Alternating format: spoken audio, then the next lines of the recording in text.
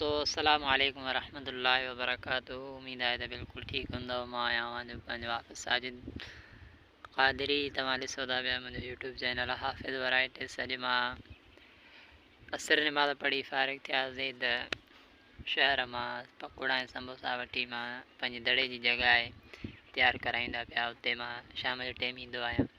अॼु जॾहिं मां उहे समोसा ऐं पकोड़ा वठी आयुमि त हुन मां कुझु जेके खाधम पे ॾिठमि त किविलियूं गॾु थींदी वियूं।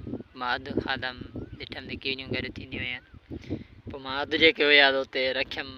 हुन मां जेको ॿियो बि चटणी वग़ैरह हुई मां उहा रखियमि ऐं उहे समोसा बि रखियमि त अॼु ॾिसूं कीअं केतिरियूं गॾु थियनि थियूं।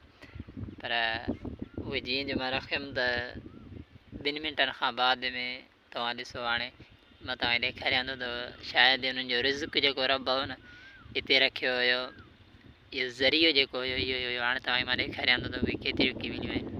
हे तव्हां ॾिसो, हे ॾिसो जेके माना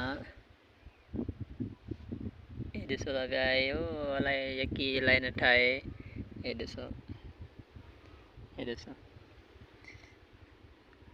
रब करीम आहे उन्हनि जो जेको ज़रियो हुयो अलाह तबारक व तआला इहो रखियो हुयो।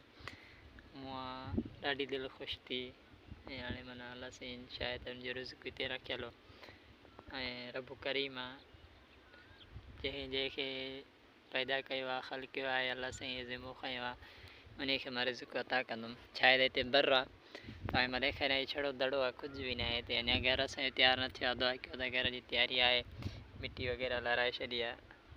इंशाअल्लाह कुझु टाइम में जॻह जो कमु शुरू कराईंदासीं। दुआ कयो।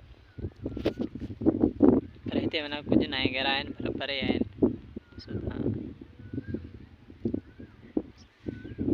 मां ॾिसी इन विरत में अची वियुमि त रब करीम शायदि हुननि जो रिज़्क़ जेको आहे रब हिते रखियो।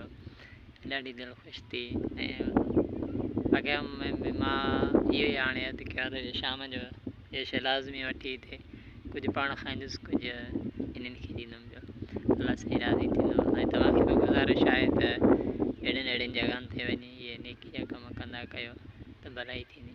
अस्सलामु अलैकुम वरहमतुल्लाह।